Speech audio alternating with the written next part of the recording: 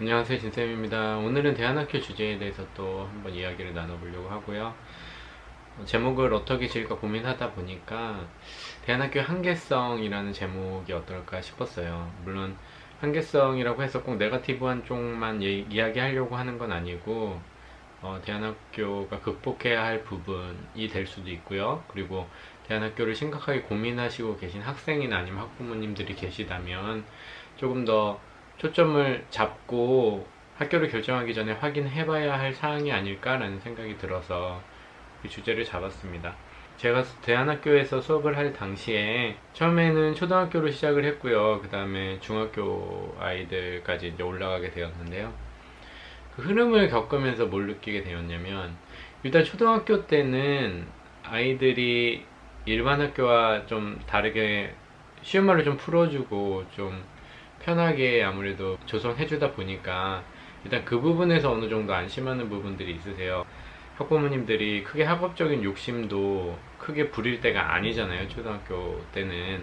일단 예를 들면 애초에 초등학교 시작을 일반 학교에서 하지 않고 대안학교에서 한 학부모님들은 생각보다 많지 않으시고, 초등학교에서 적어도 1, 2년 정도 아이가 생활을 했는데 거기서 이제 적응이 쉽지 않거나 아니면 뭐 학부모님들께서 나름 우리나라의 일반 교육이 마음에 들지 않아서 이제 방향을 바꿔서 오시게 되는 경우가 많아요.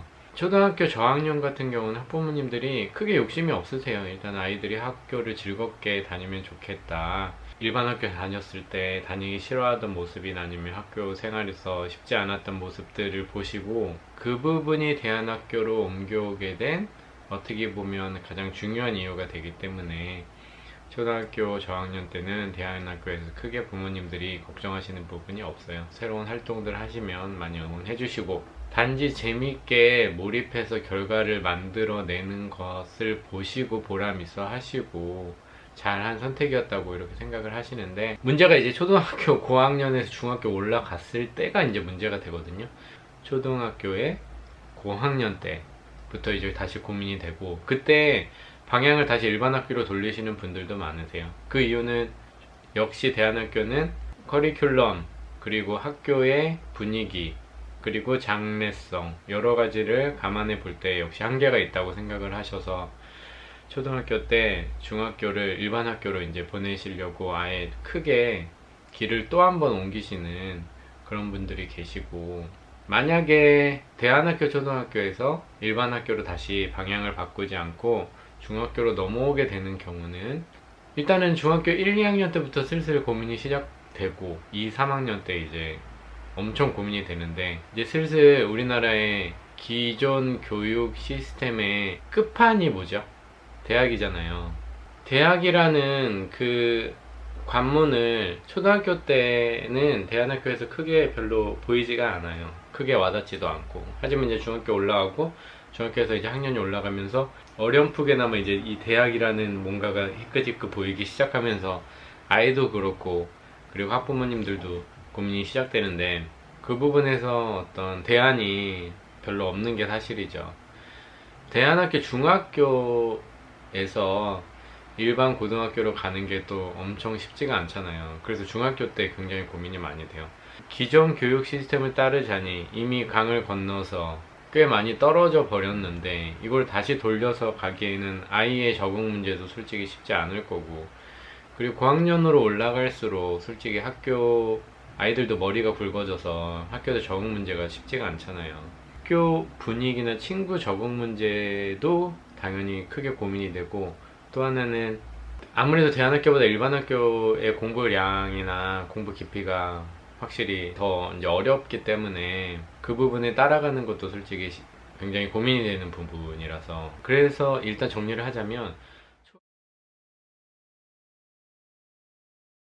초등학교, 대안학교 때는 크게 고민들을 안 하세요. 하지만 중학교 때가 가장 고민되는 시기인 것 같아요. 왜냐면 중학교 때 대안학교, 고등학교로 가버리게 되면 일단은 이미 다리를 다 이렇게 잘랐다고 다시 돌아갈 수 있는 다리를 끊었다고 생각하시면 돼요.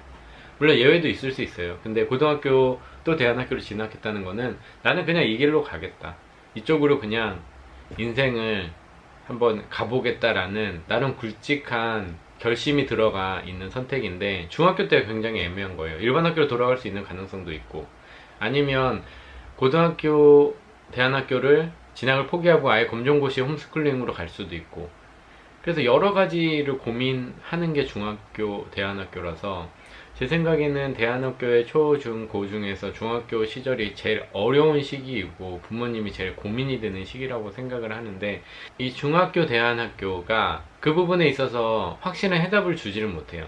일반 대안학교로 고등학교도 진학을 하고 이 길로 갑시다 라는 시원한 해답을 주지를 못해요. 그래서 그 부분에서 중학교 때 해결이 돼야지, 중학교에서는 초등학교 고학년 중학교로 올라오는 대안학교 학생들을 걱정하지 마, 우린 이런 식으로 준비가 돼 있기 때문에 계속 이 길로 가도 충분히 잘 해낼 수 있고, 충분히 너의 미래는 밝을 수 있고, 부모님들의 자녀는 충분히 경쟁력 있는 아이로 클 수 있습니다 라는 대책이 없어요. 그냥 아이가 즐겁게 공부할 수 있습니다 라는 막연함을 가지고 끌어주는 거기 때문에, 그리고 거기에다가 여러 보여주기식 결과물들을 만들어내는 활동들을 하면서 계속 중간중간에 계속 우리가 이런 걸 해왔습니다 라고 학부모님한테 발표를 하거나 뭔가를 보여주는 결과물을 제시를 하는데, 그 결과물은 결국 단편적인 부분이지 그게 아이의 미래에, 그리고 중학교나 고등학교 진학을 대한교육에 의존하고 대한교육을 믿고 가는 데 있어서 신뢰를 끌어주는데 그런 활동들이 전혀 영향을 미치지가 못하는 것 같아요. 그러니까 많이 부족해요. 그래서 제 생각에는 대안학교의 전체 교육의 시스템을 놓고 볼 때 제일 보강이 시급한 때가 이 중학교라고 생각을 하고, 대안학교의 초등학교 교육을 마친 아이들이 크게 걱정 없이 바톤을 이어갈 수 있는, 중학교도 대안학교로 크게 고민 없이 올라올 수 있는 어떤 신뢰가 있는 뭔가의 제도나 장치나 아니면 어떤 무기가 분명히 갖춰져야 될 것이고, 그리고 중학교 시기를 대안학교에서 잘 마무리했기 때문에 초, 중, 고, 대를 놓고 볼 때 어떻게 보면 거의 마지막 단계에 가까운 고등학교로 진학하는 것도 중학교가 잘 해줬기 때문에 무리 없이 고등학교로 넘어갈 수 있겠다라는 게 돼야 되는데, 그게 그렇게 쉽지가 않아요. 그래서 중학교 때 대안학교, 고등학교를 선택하는 아이는 대부분은 고민해서 져서 선택하는 경우가 많이 있어요. 그러니까 돌아갈 자신이 없고